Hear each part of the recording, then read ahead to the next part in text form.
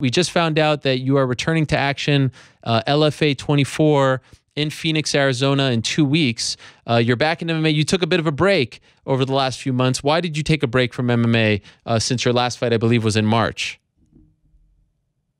Yeah, I fought like in March, and then I wanted to fight a couple more jiu-jitsu tournaments. Like a lot of people wanted me to like make that choice, like to focus 100% on MMA. So I wanted to like fight the worlds and like kind of say goodbye. But then I ended up tearing like a ligament on my knee. So like the world didn't go the way I wanted it to go, and then I had to have knee surgery. But now I'm back, and I'm really excited to get another fight in MMA. And so you say that you kind of wanted to say goodbye. What do you mean by that, saying goodbye? Like, are you now that you're going back to MMA, are you done with jiu-jitsu? Like that was my idea, but since it didn't go the way I wanted it to go, you know. Okay. I don't know. I'm not ready. I don't know if I'm like able to say really goodbye yet. You know, okay. Like I'm ready. I just fought like DDCC like 1 week ago, I think. So like I'm still wanting to like, you know, like you always want more, you know. So like my goal was like to win everything this year, and then like okay, go focus on MMA. But it didn't go that way, so like I want to like keep fighting again, you know. But we'll see. Okay, I respect that. By the way, can I ask you to just pan up your camera just a little bit so we can see? We just see your nose and mouth, and want to see your eyes. Is it possible to move the camera up just a bit so we see? Oh, yeah. Okay. Better? Is that good? Is that comfortable? Yeah, that's much better. Okay, that's perfect. That's perfect. Okay. Sorry. Do you feel like it's hard to keep going from MMA to jiu-jitsu, like going back and forth? And do you feel like that contributed to some of the performances in jiu-jitsu because you're not able to focus on one entirely? Yeah, I think so. Like, not that it's like, of course you need to, I think anything you do like in life, you know, at least what I always learn, like you need to dedicate yourself 100%, you know? So, like, I think you can do it, you know, like I was able to do it for a little bit. But sooner or later, like even just the body, you know, like I start to feel my body getting like so beat up, and just like to be training everything so often, you know, was hard, and like just to keep your mind sharp, you know, like maybe you can do it and like, okay, if you like really good, maybe you can get good results, maybe like 70%. But, you know, like I don't want to just like pass by, you know, I wanted to be able to like submit all my fights and just like perform the best I can, you know. So I think like that's what's hard, is like to fight or something and you know that you could give even more, you know. So I think like you can do it a little bit, but like to really be like excel, you know, to get to the best you can be, you know, I think you need to focus 100%. That's for sure. Do you enjoy them equally now as far as training is concerned, or do you enjoy MMA because it's a bit of a new challenge? How would you compare the two? Training for MMA sucks, man. It's so hard. It's so hard, like, to get punched in the face, you know, and just, like, for me, really, the sparring and the training is way worse than the actual fight, you know? Like, the fight is the easiest part, you know? Like, training every day and, like, every day getting punched in the face. At least for me, I'm not used to that, you know? Like, so that it's hard the training for MMA. I definitely prefer the training for jiu-jitsu more, you know? But like you said, like I like to be learning new things, and like I feel like I'm getting better with MMA. Like that's good.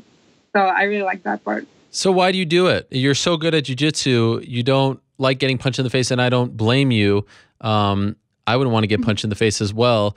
I have a very big nose too, so it would probably break after the first punch. But why would you even consider, like, why do this? Why even go into this world if you don't really love that? For me, it's a challenge, you know, like I think I like the challenge, you know, like, and I don't know, like I'm an athlete, you know, I'm a fighter, and I think just if I can like put jiu-jitsu in MMA, you know, I think like that's a really good goal. I would love to do that, you know, like be able to represent jiu-jitsu in the MMA world and like try to make jiu-jitsu more like famous, you know, in the world, you know.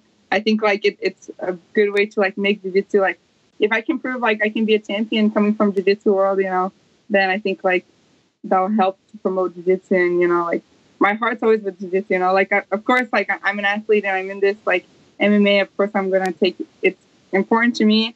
I like to like have a really good career in this, but if I can like, for me, I feel like I'm representing jiu-jitsu and MMA. So Fair enough. like always, I want to like stay true to my jiu-jitsu. Like if I come away too much from jiu-jitsu, I feel like that's my strength, my biggest strength, fighting the girls. So if that gets like a little bit my timing off or like sloppy, then like my best aspect is gonna be like not so good, you know. So I feel like that's kind of hard for me to like stop competing, because I feel competing like my jiu-jitsu is at the best timing, the best everything. This fight on October 13th for LFA is a flyweight fight, and this has become a point of contention when it comes to your story. First, before I ask you about the decision to fight at flyweight, do you feel like the media and the fans, the MMA community have been too hard on you, have been unfair towards you? Do you feel like they attack you? They're too negative towards you in regards to all the weight cutting and you know, some of the issues that you've had as an MMA fighter? No, I mean, I totally understand, you know, like, I understand it's, like, for my opponent, you know, like, it has to be, like, respected, and, like, I understand that it's a big deal, you know, so, like, I understand, like, people have their opinions, and I just, like, try to not think about it too much, like, think about it what everyone's, like, saying all the time, you know, like, I don't want people to think I'm thinking it's like, oh, no problem, you know, because I know it's a huge problem. But for me, I'm just trying to like take care of me and do the best I can, you know. So when they offered me like 125, like we accepted it. It's a fight here in Arizona, you know. So we thought, and I just came off a jiu-jitsu camp, you know. So we thought like it would be good for me to do this weight. Everyone like is asking about 125, but I don't know, like. I feel like the girls, we have like Lauren Murphy, she was just in Ultimate Fighter House, and she's like way bigger than me. And she fought like 135, and now she went down to 125. So I feel like the 125 girls are way bigger than me, you know? Okay. But 115 is like so hard for me to make, you know? So I'm excited. I'm excited to see 125 and see like how I do there and see how I feel there. But it's definitely not like 100% if that's like the weight class I want to stay at, you know? I feel like if I can figure out how to be continuing on 115, that would be like better size-wise, but who knows? Okay, because when this news came out, I think a lot of people thought, especially with the UFC introducing the flyweight division, that this was your new path, but you're not gonna, you know, commit to it 100%. You're still open to maybe going down to 115? Yeah, definitely like still open, you know, like I said, you know, I feel like the girls at 125 are just like so much bigger than me, like taller and lengthier and bigger. But like I'm still like a little bit stuck in the middle, you know. But like if I feel good at 125, I'm definitely not against to go into this new division. Like when I saw that they opened it, was like kind of like happy, you know. Yeah. A little bit weight off my chest, you know, like, oh yeah, it's okay. But I don't know, like if I can figure out how to like just keep my weight like a lot lower all the time, you know, I think then maybe like 115 would be good. But if not, like then I think always to make the weight cut to 125 is good too. How difficult has it been getting down to 115? I mean, we've heard about some scary situations. Have you really had to, you know, put a lot of stress on your body? Has it really been a nightmare trying to get down there the last couple times? Yeah, it's so hard, you know. I think because like fighting just with fighting jiu-jitsu and going up and down, like it's hard to keep my weight so low all year around, you know what I mean? Yeah. So like after I have a fight, we go up, and then like I felt like when I go down for 115 with a lot of like dehydration, and it's different than what we do in jiu-jitsu, you know. We don't dehydrate, you know, like we like weigh in and then we go straight to the mat, you know. And right. MMA like I had to lose like more than like 12 pounds, like 24 hours, you know. It's like crazy, you know. So I feel like just not used to it, my body, and I don't know, like it's definitely hard, but you know, I think with the right people and just like keep trying and getting used to it and trying to figure out like outside of camp how to get it better, instead of just focusing on like the 6-week camp, you know, I think that will help in the long run. Have you considered working with one of these, you know, nutritionists, having someone help you cut the weight, cook for you, live with you, things like that? Have you considered that? I haven't considered like to that extent, you know, like Okay. I worked with George Lockhart, you know, Oh yeah. he's Yep. he's a really good guy, and like he really knows like what he's talking about and everything. I think just to figure out like which diets and which style I like best for me, you know. So definitely like looking into like nutritionists and just figure out which is the best for me. But I haven't like looked to that extent, you know, like living with me and cooking and stuff like that. Fair enough. Fair enough. I know some fighters do that, but I can certainly understand if, you know, it's a little bit much to go to that extent. So you have this fight coming up, and you're 3-0 in your MMA career. I was going to say in the UFC, but my question is about the UFC. Is there a path now to the UFC? Is there? I mean, you know, I've talked about you have a relationship, I know, with them, and they certainly would be foolish not to want to sign you. Has it been, you know, discussed? Okay, next fight you're going to the UFC after 5 fights. What is the path? How soon do you think we'll see you in the UFC? I mean, I definitely think that we need to make. Something will happen like by my 5th fight, you know, for sure. Okay. Whether, you know, if I'll go to a 5th fight outside of the UFC, I don't know, you know. But I think definitely for sure, like by the 5th fight, we'll know like if I'll be in the UFC or not. I think like what was kind of just holding back is I think like Cyborg got so much, like in my opinion, like Cyborg got so much, Chris Cyborg, she got so much attention and so much like for her to make the 135, you know. And it was like a really long time like for the UFC and everything to work with her to the 135 division. So like I understand like it's hard for them to like me to go fight the UFC when like I only made 115 one time, you know what I mean? So being like able to make the 125 now, I don't know if maybe they want to see like maybe how I do if I can make the 115 again for me to fight 115 in the UFC, or if maybe we'll like for me to go in the UFC at 125. But I think like if I want to go in the UFC at 115, I think for sure like the UFC would like to see me make 115, you know, one more time, you know, before they like would sign me at 115, you know. So I totally understand that, and I think like if I could have made that on my last 2 fights, maybe like the 4th fight I could have been in the UFC already, you know. So it's hard, you know, but like I totally understand, you know. Was there any talk of you going on the Ultimate Fighter for the 125ers? My manager, he had like asked me if I was interested in it, but I didn't want to like I didn't want to stay like so long inside a house. Yeah, I don't blame you. You know, I think I prefer like to be outside, and like I knew I had like some tournaments I wanted to do and stuff like that. So yeah, I don't blame you. Who wants to live in that house 6 weeks with those girls and you have those cameras in your face? Not that much money. It's it's a nightmare. I don't blame you at all. And are you eager to get to the UFC? Like, do you hope to expedite this process? Are you excited, or you're happy taking your time? Yeah, I wanted to get in, you know, fast. You know, like I said like already before, you know, like my goal was to get in the UFC by 2017. You know, so definitely like that didn't change.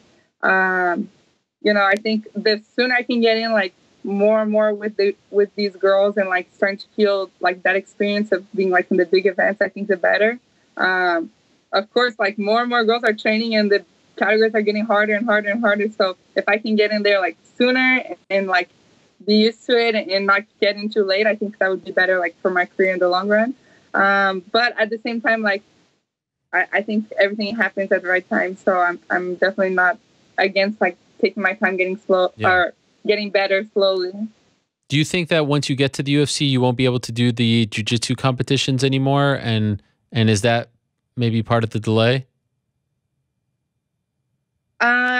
Yeah, I think for sure, like when I'm in the UFC, like of course right now it's like serious. I'm taking this very serious and everything, but for sure, like the UFC, you know, you don't want to get hurt or, you know, something like that, like have to pull out a fight or anything like that. So for sure, like when I'm in the UFC, I think like I'll be like my jiu-jitsu fights will be like way down, you know, only unless I have like no fight planned or anything, then maybe I can do like a super fight in jiu-jitsu or something like that, you know. But I don't think like was preventing me to go like try to go to the UFC, but just like it's a little bit like, oh, I'm gonna miss jiu-jitsu, you know. just trying to make weight, and when I'm ready, hopefully we can make that transition. You see, I like this, Mackenzie Dern, very much because you had so much success in your jiu-jitsu career. And as you said, 2017 didn't go your way for various reasons.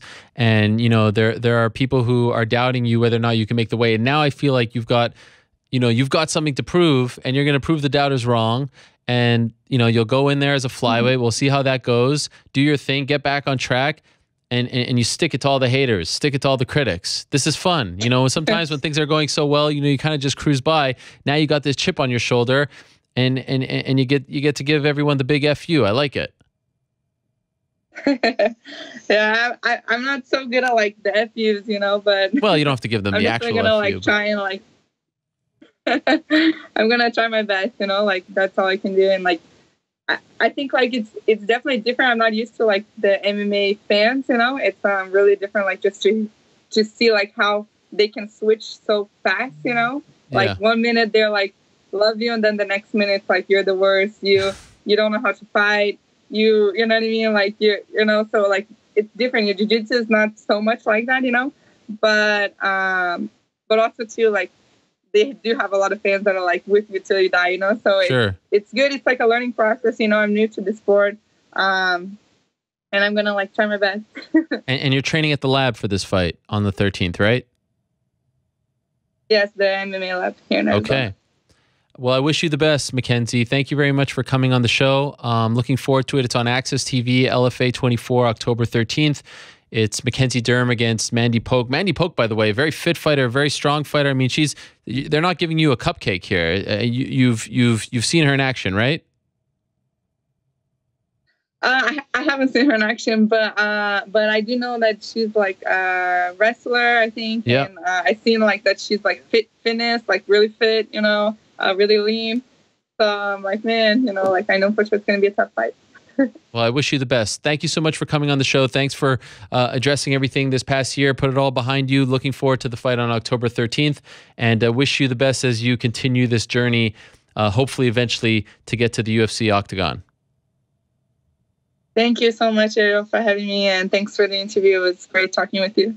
Thank you very much. We'll talk to you soon. There she is, Mackenzie Dern, returning to action on October 13th, Access TV, LFA 24.